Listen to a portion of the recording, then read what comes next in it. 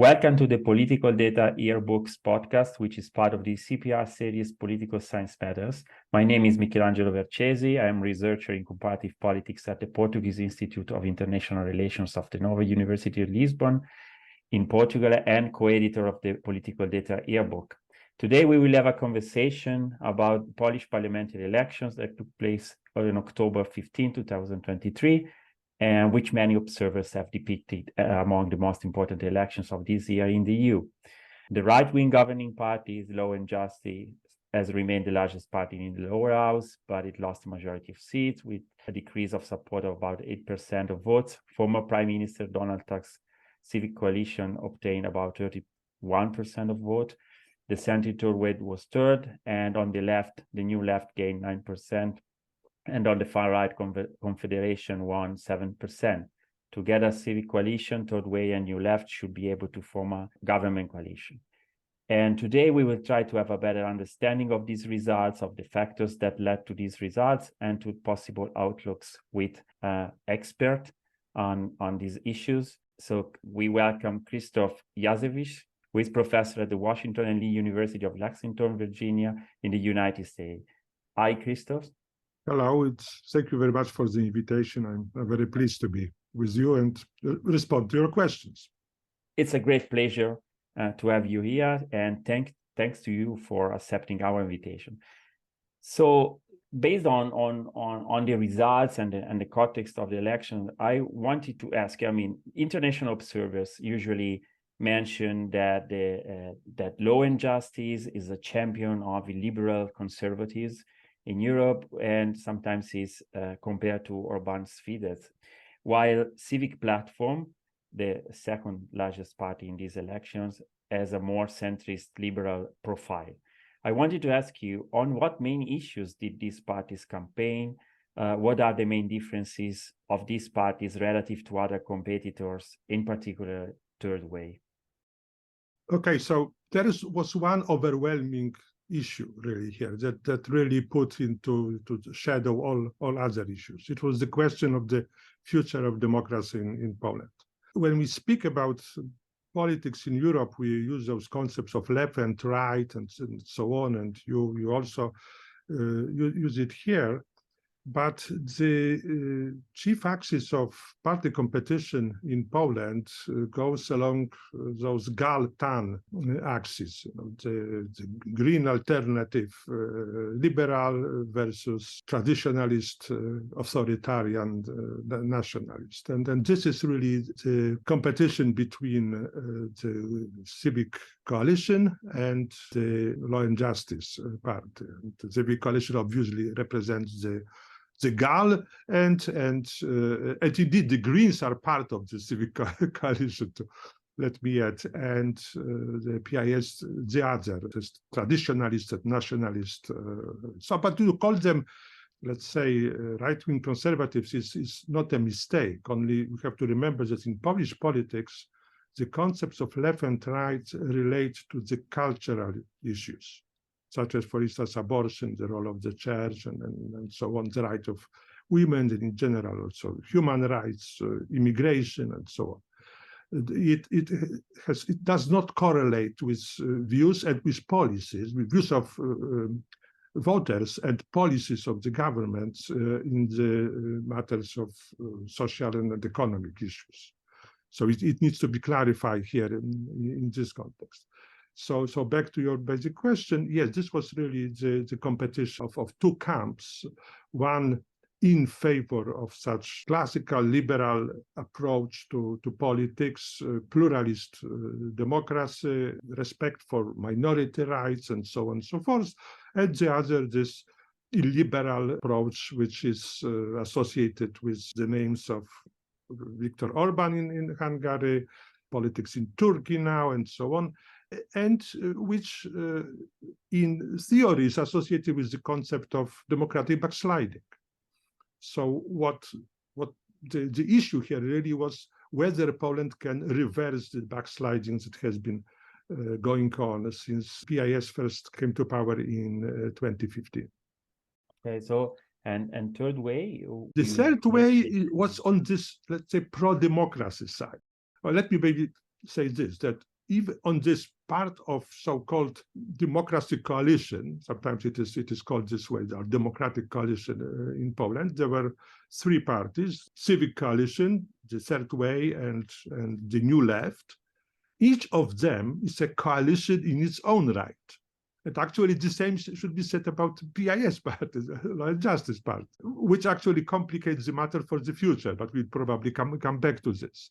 So the Third Way on this major issue was, of course, along with Civic Coalition, which was visible during the campaign. They did not compete against one another, even if, in fact, there was a competition in particular for the undecided voters.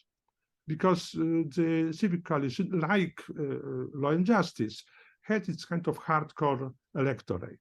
But the general competition was, who may join with whom in the actual voting among those who were undecided. And in large numbers, they actually went to both those major parties. The exit polls show this vividly, that they joined either Civic Coalition or the Third Way. The difference in the terms of policies or sets of values is that Civic Coalition is sort of right of center, using the European concepts here, but not far from the center. And they actually have moved their phraseology and their public statements and so on toward the center. They were farther right at some point. That's my assessment. While the Third Way, composed of two parties, the oldest parties in Poland, one of the oldest in Europe, in fact, going back to 19th century, it was changing its names, but there was a continuity, really. The Polish Peasant Party, that's the typical translation to English, which has its base in conservative rural electorate. They keep losing elections to Law and Justice in Polish countryside, in villages and so on, but still they have their sort of a solid support there, steady support.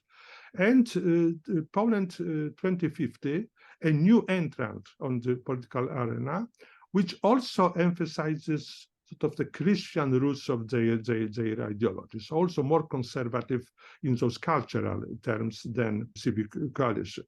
The third party, the left, is the classical left. They are on the left on both cultural matters and on the socio-economic matters, but it's a coalition again, of some last remnants of the post-communists, not so much communists as the post-communists, and some really new left, West European style, new left parties. So that was, but really the game was about, shall we stop this backsliding and reverse it somehow, or shall we go the Hungarian way? And the leader of Law and Justice, Jarosław Kaczyński, for years, even before his party won elections, was saying Poland needs to become like Hungary. Warsaw needs to become another Budapest. So he's obviously looking towards Orban as a sort of a role model for action. Okay, that's very interesting. And given this, I would like to discuss with you also the reasons and interpretations of these results and the electoral results, which change, I would say, at least in short term, Poland's political scenario. How would you explain the significant loss of support for the incumbent party after 8 years in the party, so Law and Justice? Do you think that is indicative of a change in the public opinion, or is just punishing the government policy of the last 8 years when Law and Justice was in government, or is there something else? Well, they really didn't lose much support since 2019. They received slightly more than 7.6 million votes this time. In 2019, they received about 8 million votes, so about 400,000 fewer voters with much higher turnout. Also, this should be remembered. So we can kind of estimate that their hardcore electorate is at the level of 7+ million people. They lost majority in the parliament because the others did better, and also the others sort of consolidated. And you have to remember that Law and Justice, the first time won the election and outright majority in the same, in 2015, receiving 5.7 million votes. But then the left in particular was divided, and the left that received together about, well over a million, about 1.5 million votes, did not make it to the same at all. So Law and Justice profited from the fact that, well, about altogether about 10, well, less than 10 single digits, but anyway, a high number of percentage of votes was wasted for parties that didn't make it.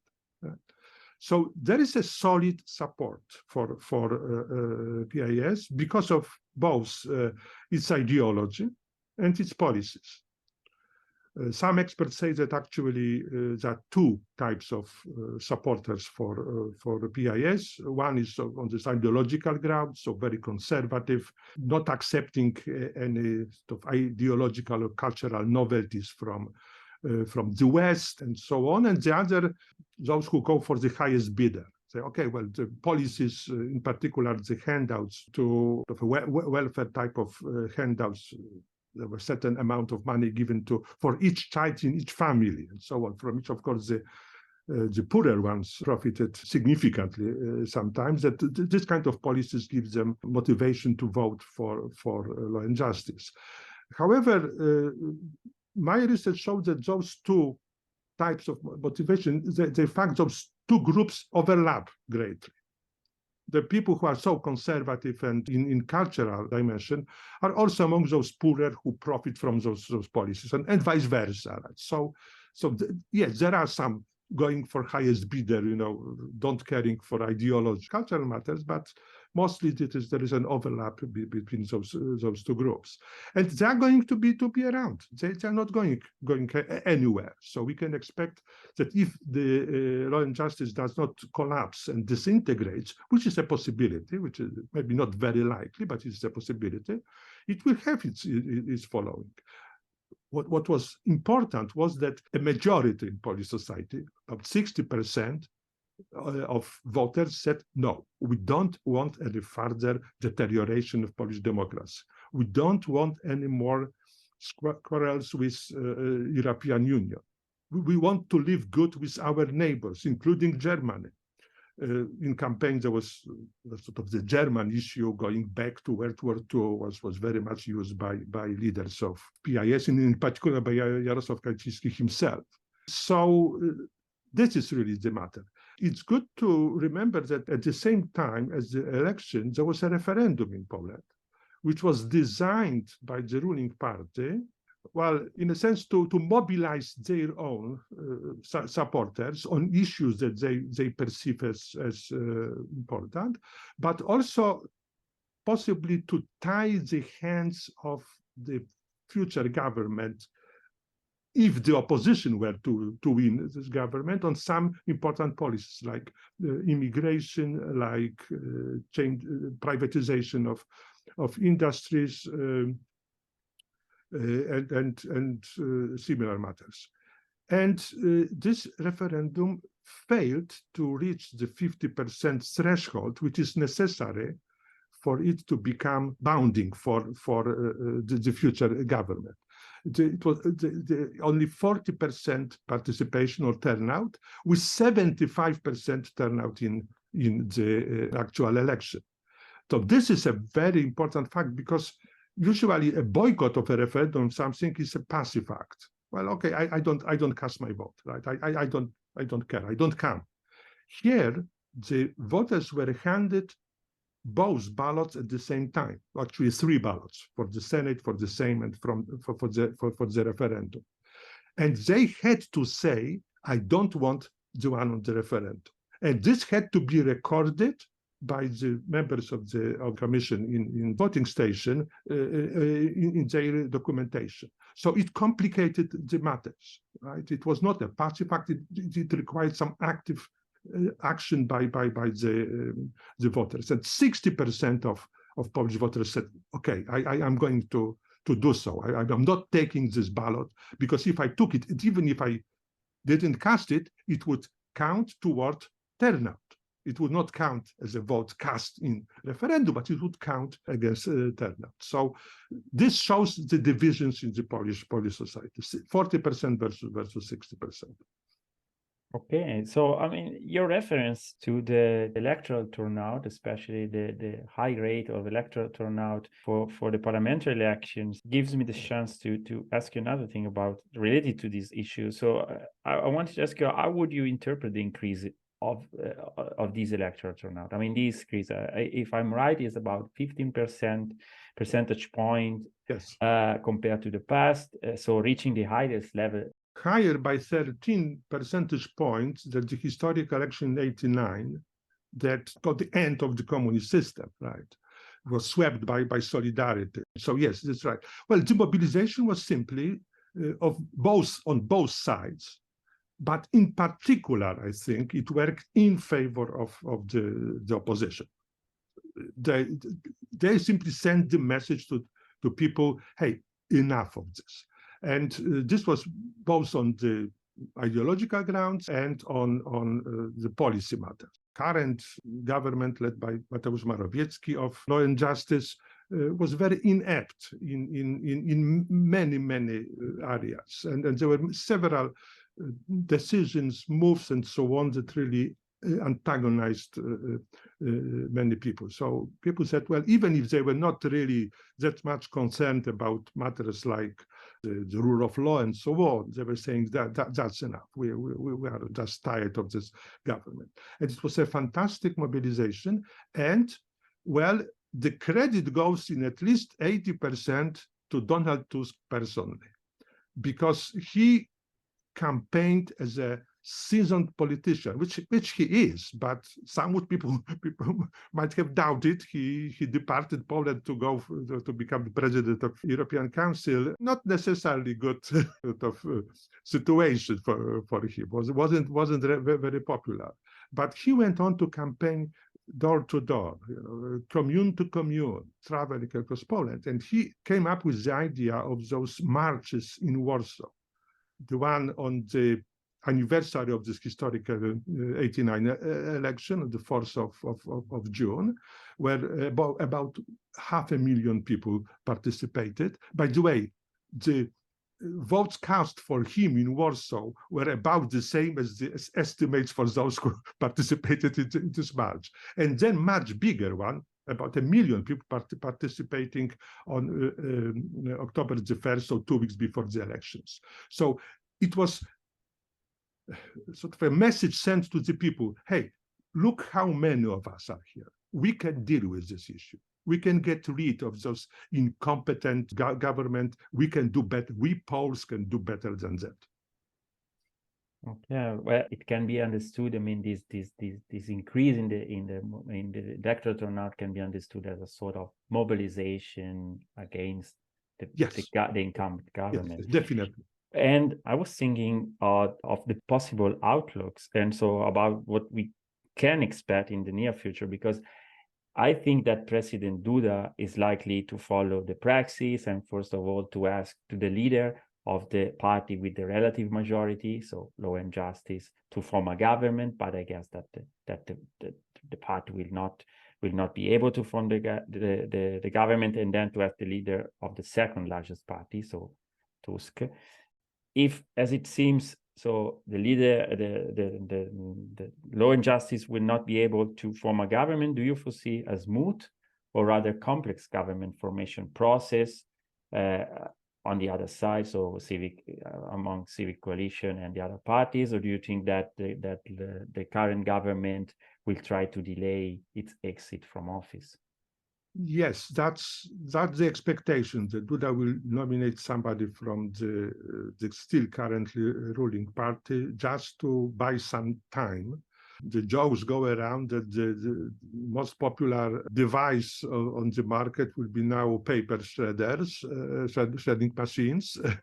Of course, rather erasing your hard drives in some way. Yes, this is very right development. Although, on the other hand, well, who could agree for such a suicidal mission? I mean, there is no chance for Law and Justice to form a government. They will, this is already going on as far as we know, they will try to corrupt some of the deputies elected on the tickets of other parties. They may get support, maybe conditional support from the Confederation, the far right. And this far right is really far right on any European standards. Yeah. And they would need about 18 deputies to cross the aisle. I see it as very unlikely in the current situation. But we have to remember that they actually stayed in power because they were able to corrupt few deputies from other parties. I remember the exchange as an author with you as the editor about whether PIS government is still a majority, single-party majority government or single-party minority government. And they were short about 0.4% of majority. But they acted as if they were a majority, really, because they had those deputies who did not join the caucus, but who were really voting all the time with them very reliably, so on. So they may try it. I think as a success in this I see as unlikely. So probably after about 6 weeks, we can expect Tusk to get the nomination, or maybe President Duda is going to play some games and select somebody else, and so on. Then, if the Sejm is not able to, well, actually, let me rephrase it. The next step is after presidential candidate fails, does not receive the vote of confidence, the next step goes to the Sejm. The Sejm majority selects its candidate. So Tusk would be certain to be selected if he indeed wants to be the prime minister, and everything indicates that he wants to be prime minister, and that there is an agreement in this broad coalition that he should be the prime minister. However, if for whatever reason he fails, then the president again can select somebody, and then the threshold for vote of confidence lowers, because on the first two steps the threshold is absolute majority, meaning more votes in favor than votes against and abstentions combined.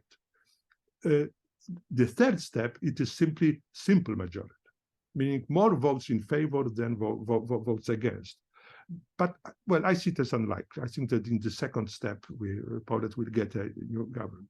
And the formation of government would be actually easier than conducting policies afterwards, because of those very different preferences of all those parties that are now kind of glued together as a former democratic coalition, now former democratic opposition, now democratic coalition in power, but there are significant policy differences or policy preferences. It's not going to be easy. So to put it kind of bluntly, backsliding on a slope goes well, because those in favor of backsliding, those authoritarian leaders, don't have much objections, and they violate the constitution and so on.